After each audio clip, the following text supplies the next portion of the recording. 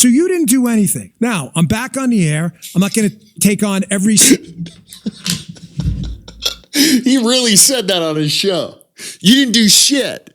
Guess what, Dan? You went into the FBI and didn't do shit either. This the accountability you were talking about? In your tenure at the FBI as the deputy director, doing an incredible job. So much accountability as we see here. This massive list of all the things that you were supposed to be working on to bring down the deep state and get accountability for Americans. And it looks like a fat goose egg.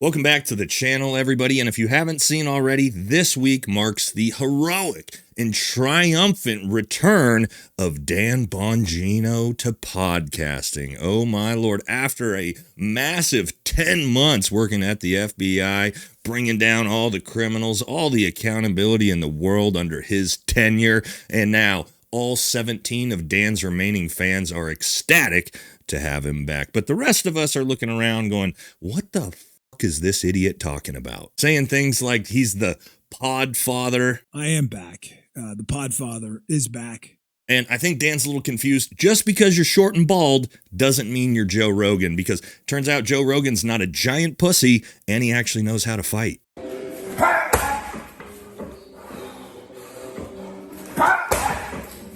The jump kick, the side kick, the roundhouse, the tie kick. So yes, Dan Bongino has announced he's here to take back the movement from all these black pillars and dipshits. So we're going to take a look at some clips from his courageous return to his show, and then see what some other creators in the space and his own comment section have to say about it. So don't forget to like, comment, subscribe. Helps the channel. Let's jump into this and let's talk about it. So yes, Dan Bongino, who's currently living in an incredibly delusional world, thinking that literally anyone in the internet still respects him, came out and said this.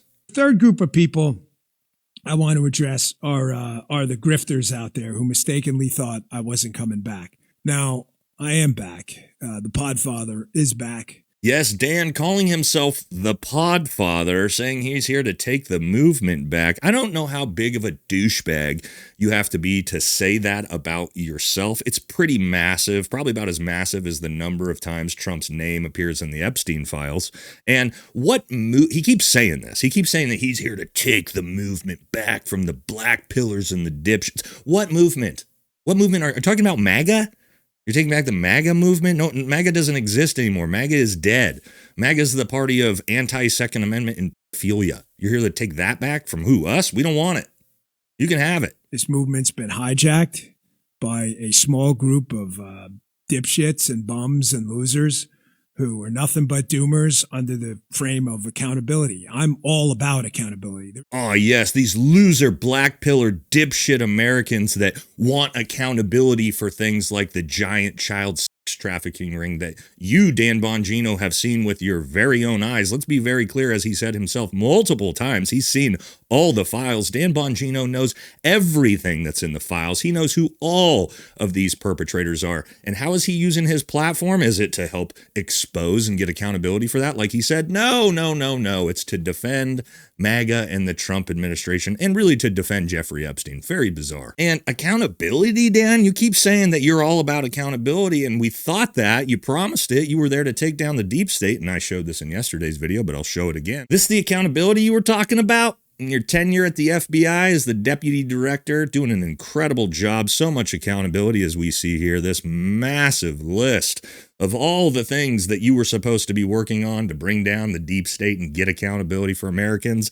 And it looks like a fat goose egg across literally everything. Russia, COVID, Fauci, Afghanistan withdrawal, e-files, you name it. Dan Bongino didn't do shit about it. Now, what else did Dan, the cowardly lion Bongino, have to say? And I really think that's a good metaphor for who he really is. Think about the story of the Wizard of Oz and the entire story.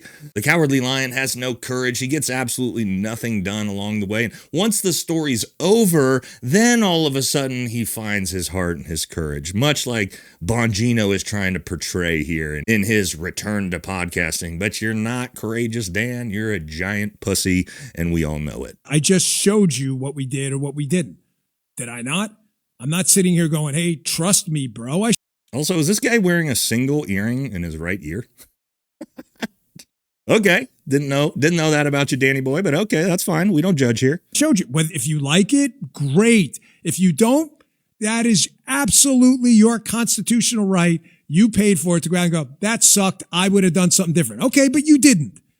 You didn't do anything different. I'm not sure if you volunteered to serve or not, but you didn't. You sat in the front row with your popcorn, ankle biting, throwing this popcorn at the ring at two guys in there sparring away, fighting for this country while you did shit. Wow, bold take there by Dan Bongino, letting everybody know, yes, his 10-month tenure at the FBI, more service to this country than anybody out there, anybody's ever seen, saying, what did you do? Well, Dan, there are some people out there that are heavily criticizing you for how f***ing worthless you are that, I don't know, maybe have served this country with a resume exponentially bigger than yours that still think you're f***ing worthless. And no, unfortunately, Dan, it's not a small group of black pillars that have hijacked your movement. A huge majority of conservatives have completely left the party of pedophiles. Now, again, Dan must have some type of base, right? Like somebody's got to still like him and watch his show. So he actually made a post announcing his phenomenal return to podcasting on his own Instagram page, and I really like to look at Dan's own comment section just to see what people think. Let's see how it went.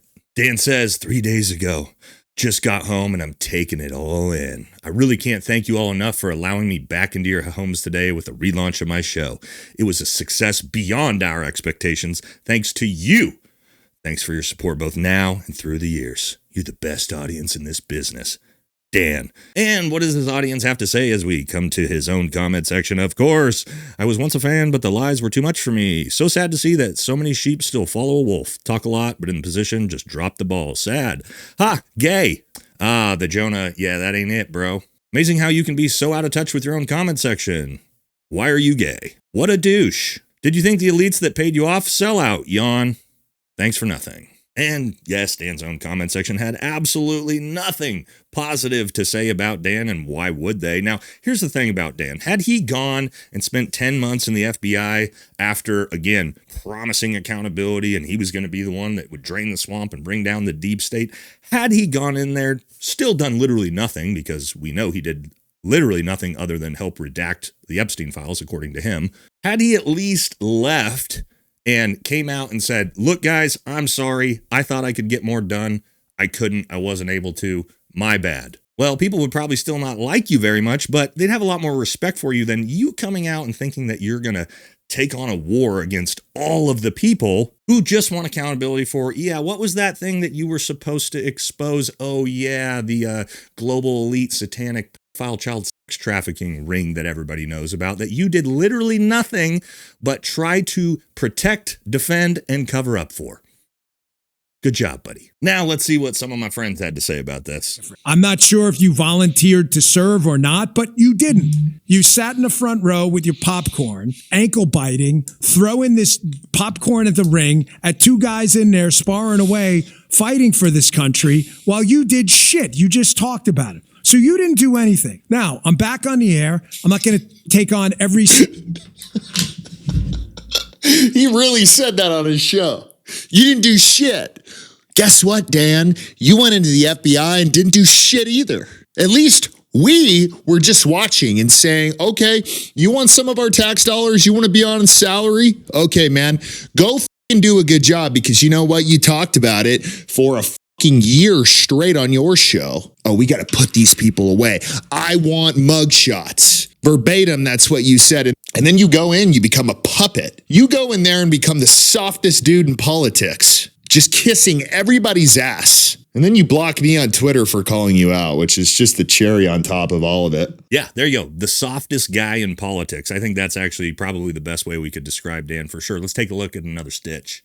And now we got you. You got you. People have sat here for and how long while you're making millions of dollars talking all the shit about what you would do, and then all of a sudden you get the job as in the FBI, you get the position, you get the files, you have all this in front of you, and you cover it up, and you got the fucking balls to get back on this microphone and talk about how you're the podfather?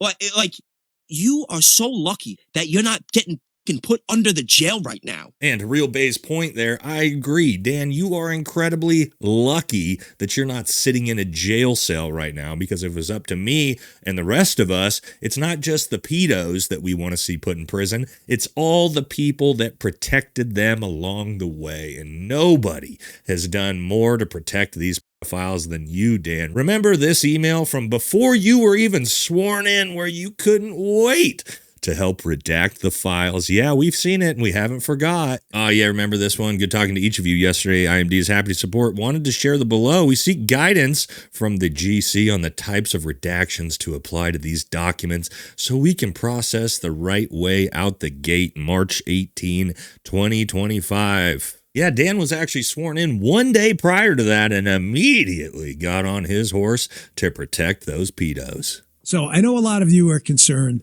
also about Epstein. Let me just say, No shit. leadership involves frequently being misunderstood and having to make decisions that's going to piss someone off. That's just the way it is. This case had been handled poorly for a long time. And if you go and look at the search warrants, and matter of fact, almost all of it's public now, thanks to President Trump and the team getting it all out there. There's a shitty answer and a shittier answer. And disagreements in D.C. about how to handle level 10 problems. I love how people in the media acted like this was like new, as if the Biden team had done anything to get this stuff out. They done shit. Yes, of course. Blame it all on Joe Biden. We're not concerned about fucking Joe Biden, Dan. You are the one that was just in charge for the last year, and you are the one that did everything in your power possible to help redact the files and cover it up. And like Dan said there himself, it's all public now. All of the files have been made unclassified. And since you, Dan, you've seen all the files, you know everything that's in there, you know who all the perpetrators are. Well, since it's unclassified, how come you're not talking about it, buddy? Where's the transparency, buddy? No, you're just going to grift and chill and say, people just don't understand what's going on behind the scenes. Fuck you. And just in case everybody forgot who this guy was, let's take a look about what he used to say about the files.